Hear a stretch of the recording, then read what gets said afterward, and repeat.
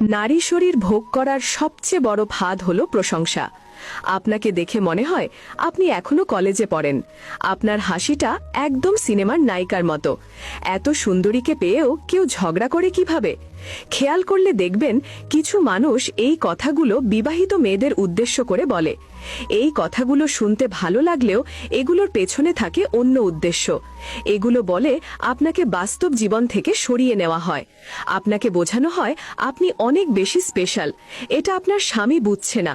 আপনার স্বামী আপনাকে ঠিকঠাক মূল্যায়ন করছে না, কিন্তু তৃতীয় ব্যক্তিটা আপনাকে বোঝে। বিশেষ করে আমি আপনাকে বুঝি। এইভাবেই তৈরি হয় একটা মায়ার ফাঁদ।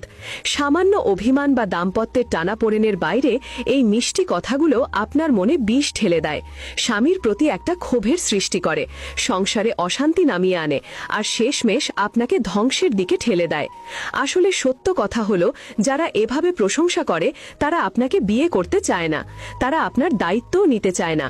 তারা চায় কেবল আপনাকে ভোগ করতে, কেবল আপনার সাথে ক্ষণিকের আনন্দ নিতে।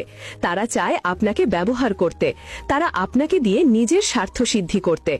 আসলে ওই মানুষগুলোর কাছেও আপনি ততদিনই স্পেশাল থাকবেন যতদিন তাদের স্বার্থ শেষ না হয়ে যাবে।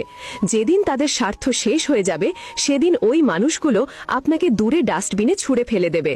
তাই এরকম মানুষদের নিজের জীবনে বিন্দুমাত্র জায়গা দেবেন না। তাদের প্রশংসা শুনে গলে যাবেন না। যে মানুষ আপনার সংসার ভাঙতে চায় তাকে যত দূরে রাখা যায় ততই ভালো। কারণ দিন শেষে আপনাকে পাশে পাওয়ার জন্য, আপনাকে উপভোগ করার জন্য সেই মানুষটা হয়তো কবির মতো আপনাকে প্রশংসা করবে, কিন্তু আপনার স্বামী হয়তো আপনাকে ওভাবে প্রশংসা করে না। কিন্তু অসুস্থ হলে আপনার পাশে রাত জেগে বসে থাকে, আপনার যত্ন নেয়, আপনার যে কোনো প্রয়োজনীয় জিনিসপত্র এনে দেয়, আপনার সন্তানের দায়িত্ব নেয়, আপনার সংসারের বোঝা টানে। একটা কথা মনে রাখবেন, ক্ষণিকের প্রশংসার নেশা অনেক মিষ্টি, কিন্তু এর ফল অত্যন্ত ভয়ঙ্কর। এটি করলে সে দিনরাত আপনার কথাই ভাববে। 1. অপেক্ষা করান। আপনার প্রেমিক বা প্রেমিকা যখন আপনাকে ফোন করবে, খুব দ্রুত ফোন ধরবেন না। বেশ কিছুক্ষণ পরে ফোন ব্যাক করুন। খুব সহজেই পাওয়া যায় এমন মানুষ হতে যাবেন না। তাই অপেক্ষা করুন আর তাকেও অপেক্ষা করান। 2. আগে কথা বলা শেষ করুন। 3. রহস্য রাখুন। কাউকে ভালোবাসেন বলেই তার কাছে নিজেকে উজাড় করে দেবেন না। 4. বন্ধুদের সঙ্গে সময় কাটান। 5. নিজস্ব সত্তা তৈরি করুন। ডাঙায় যে নৌকা থাকে তা সব সময় নিরাপদ, কিন্তু নিরাপদে রাখার জন্য তো নৌকোর সৃষ্টি নয়। নৌকোর সৃষ্টি ঝড় বৃষ্টি উপেক্ষা করে স্রোতের অনুকূলে বা প্রতিকূলে এগিয়ে যাওয়ার জন্য। ঠিক তেমনিভাবে জীবনটাও নিরাপদে আগলে রাখার জন্য নয়, ঝুঁকি নিয়ে জীবনযুদ্ধে জয়ী হবার জন্যই জীবনের সৃষ্টি। শান্ত সাগরে কেউ দক্ষ নাবিক হতে পারে না। কাগজের নৌকো দেখতে অনেক সুন্দর হয়, কিন্তু পানিতে তা ভিজে যায়। তেমনি আবেগ যতই মধুর হোক না কেন, বাস্তবতার মাঝে তা অল্প সময়ের মধ্যেই বিলীন হয়ে যায়। শিশুদের পেছনে টাকা খরচের চেয়ে তাদেরকে সময় দেওয়া অনেক বেশি জরুরি।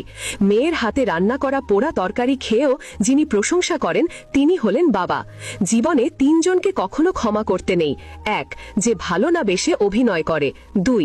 যে বন্ধুত্বের সুযোগ নিয়ে বেইমানি করে। 3. যে বিশ্বাসের অমর্যাদা করে। জীবনে এমন একটা সময় আসবে যখন কিছু মানুষ তোমার সাথে ভুল ব্যবহার করার জন্য অনুশোচনা করবে। বিশ্বাস করো, এমন সময় আসবেই।